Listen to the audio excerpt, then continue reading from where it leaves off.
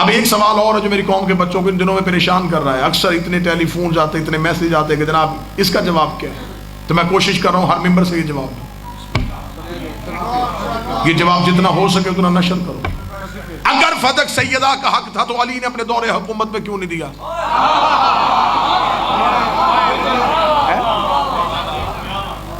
یہ سوال ہے, موجود ہے, اب بھی ہو رہا ہے. قصور آپ کا نہیں, آپ کی کتاب تک رسائی نہیں, ممبر سے ایسے جوابات دیے نہیں گئے. جواب دینے لگا ہوں کہ مولا امیر المومنین نے اپنے دور حکومت میں فتح واپس کیوں نہیں لیا. میں ضرور اس میں اپنے اتنے عقلی دلائل دیتا کہ یہ بھی ہو سکتا ہے, یہ بھی وجہ معقول ہے, یہ بھی معقول ہے. لیکن ہمارے ہاں قانون ہے کہ اگر ہمارے پاس معصوم کی حدیث آ جائے تو ہم اپنے عقلی دلائل کو روک دیتے, پھر تسلیم کرتے, مان لیتے کہ پھر معصوم نے کہا کہ اب معصوم نے یہ جو حدیث کہہ دی اب یہی کلیہ ہے. ہمارے جواب دینے اور معصوم کے جواب میں ایک فرق ہے. میں جواب دوں گا نا تو ایک دوسرا سوال پیدا ہو سکتا ہے کہ ٹھیک ہے جی اگر یہ نہیں تو پھر میرا سوال یہ ہے کہ پھر یہ کیوں نہیں. معصوم کے جواب میں یہ معجزہ ہوتا ہے کہ معصوم کے جواب کے بعد کوئی بھی سوال پیدا نہیں ہوتا. معصوم جواب سوال کے ساری جہتیں دیکھ کے دیتے ہیں. اب میں جواب معصوم پڑھوں گا, یہ کسی مولوی کی تحقیق نہیں ہے, یہ منزل تسلیم والے کا فیصلہ. اتنا جامع جواب ہوگا کہ آپ کو دوسرا سوال ذہن میں آئے گا ہی نہیں. سرکار شیشم سے پوچھا کہ مولا فتح امیر المومنین نے اپنے دور میں کیوں نہیں دیا؟ میں بالکل وہ لفظ استعمال کروں گا جو امام نے کیا. امام نے فرمایا ہم آل محمد کا یہ مزاج ہے, جو چیز ہم سے ظلمن چھین لی جائے ہم دوبارہ اس پہ اختیار اس لیے نہیں کرتے کہیں ظالم کی سزا میں کمی نہ ہو جائے.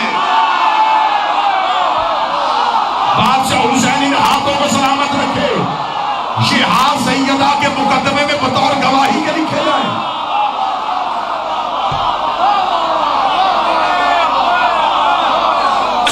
ہم اس لیے اس پہ دوبارہ اختیار نہیں کرتے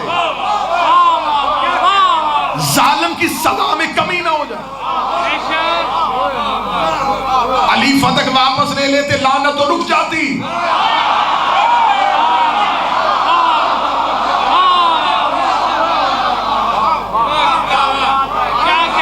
کیسا جواب, کیسا جامع جواب. اس میں ایک واقعہ کوٹ کر دیتا ہوں. اگر کوئی کہے کہ یہ جواب تو آپ کی شیعہ کتابوں میں ہے, اس کا ہماری کتاب سے ریفرنس دیتا ہوں, میں سنی کتاب سے ریفرنس دیتا ہوں. رسالت امام جب مکہ میں رہتے تھے تو اپنے ابائی گھر جو جناب عبد المطلب اور عبداللہ کا تھا اس میں رہتے تھے. رسالت امام نے مکہ چھوڑا, مدینے چلے گئے. ابو لہب نے نبی کے خاندانی گھر پہ قبضہ کر لیا. نبی ہجرت کر کے مدینہ سے واپس پھر مکہ آئے. جب فتح مکہ میں نبی پہنچے, فتح مکہ میں نبی نے پہنچے تو نبی سے کہا یا رسول اللہ وہ جو آپ کا آبائی گھر تھا کیا اس کا قبضہ واپس نہیں؟ نبی نے فرمایا نہیں, میں ابو لہب پہ لعنت کو روکنا نہیں چاہتا. مورخ کیا لکھے گا کہ جب اس کا زور تھا اس نے قبضہ کر لیا, جب محمد کا دور آیا تو اس نے قبضہ کر لیا. کیا میں بھی وہی فیل کروں جو اس نے کیا؟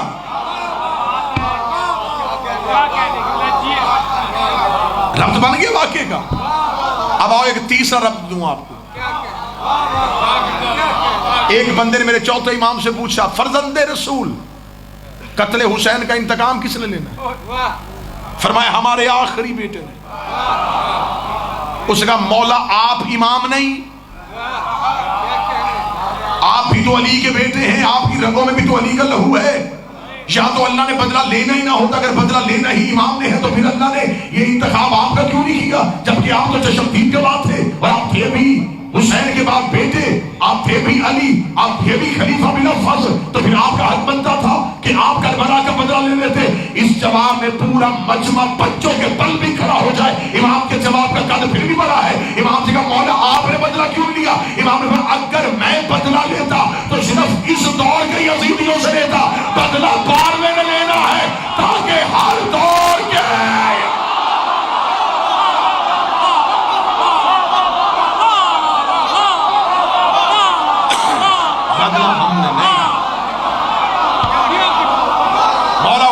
عزت عطا فرمائے. اگر میں انتقام لیتا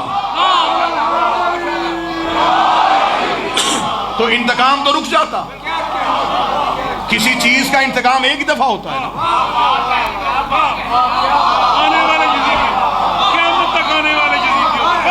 قیامت تک کے یزیدیوں کا بچا.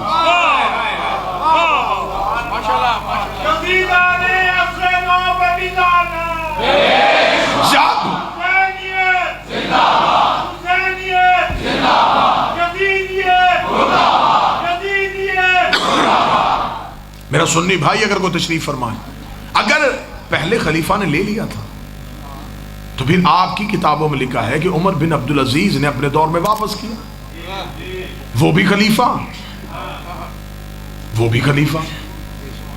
جس نے لیا تھا وہ بھی خلیفہ، جس نے دیا. پھر دونوں میں سے حق پہ کون ہے؟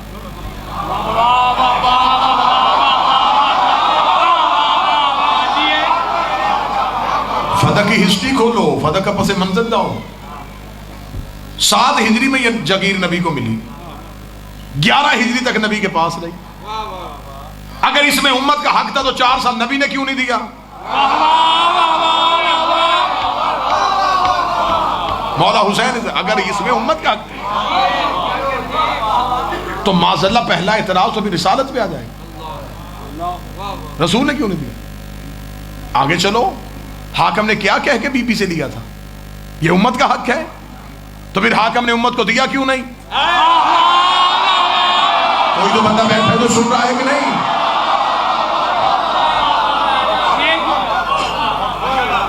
کتابوں کے حوالے نہیں، عقلی دلائل ہی تمہیں زخمی کر دیں گے.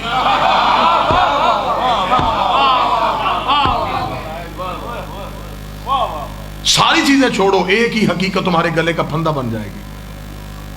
تم نے یطہرکم تطہیرا کی منزل پہ فائز بی بی سے گواہ مانگا کیسے تھا؟ ہوئے ہوئے ہوئے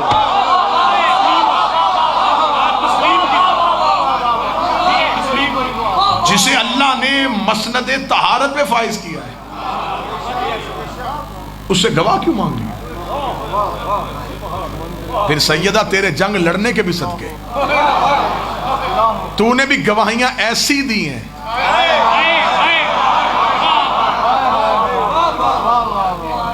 تیری گواہیوں کے انتخاب کے میری معظمہ صدقے. تیرے پاس ابو ذر جیسا سچا گواہ تھا، تیرے پاس منا اہل بیت کے عہدے پہ فائز صحابی بھی تھا، لیکن تو نے ان کا انتخاب نہیں کیا، تو نے علی کا انتخاب کیا. حکومت نے علی کی گواہی کو قبول نہیں کیا. بی بی نے کہا واپس کر دو میری گواہی. چل تاریخ میں لکھا تو گیا ہے نا کہ تم نے علی کی گواہی کو نہیں مانا. سننا، بی بی نے کہا یہ وہ علی ہے جسے میرا بابا قرآن کہہ کے گیا تھا. کوئی بندہ بیٹھا ہے تو گفتگو کو سن رہا ہے.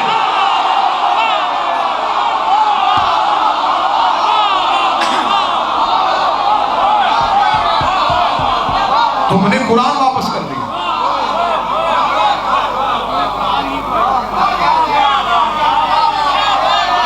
بی بی نے حسن حسین پیش کیے. بی بی نے فرمائیے میں اعتبار قرآن و نسب قرآن یہ مصطفیٰ کے بیٹے ہیں. چوتھی گواہ بی بی کی بڑی اچھی تھی، ام ایمن. شہزادی ام الفضل کو نہیں لے کے گئی، اسما کو نہیں لے کے گئی، فضہ کو بھی نہیں لے کے گئی. میری قوم کے بچے یہ کلیہ بھی ذہن میں رکھنا. حکمت سیدہ کیا ہے؟ شہزادی ام ایمن کو کیوں لے کے گئی؟ اس لیے کہ ام ایمن بی بی کی کنیز نہیں، یہ رسول اللہ کی کنیز بھی نہیں، یہ ہے حضرت عبداللہ کی کنیز. حضرت عبداللہ دے کے گئے تھے رسول کو، رسول دے کے گئے زہرا کو. بی بی گھر سے تیاری کر کے آئی تھی.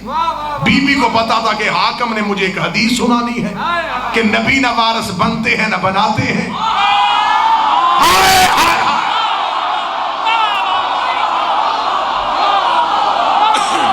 بی بی نے ام ایمن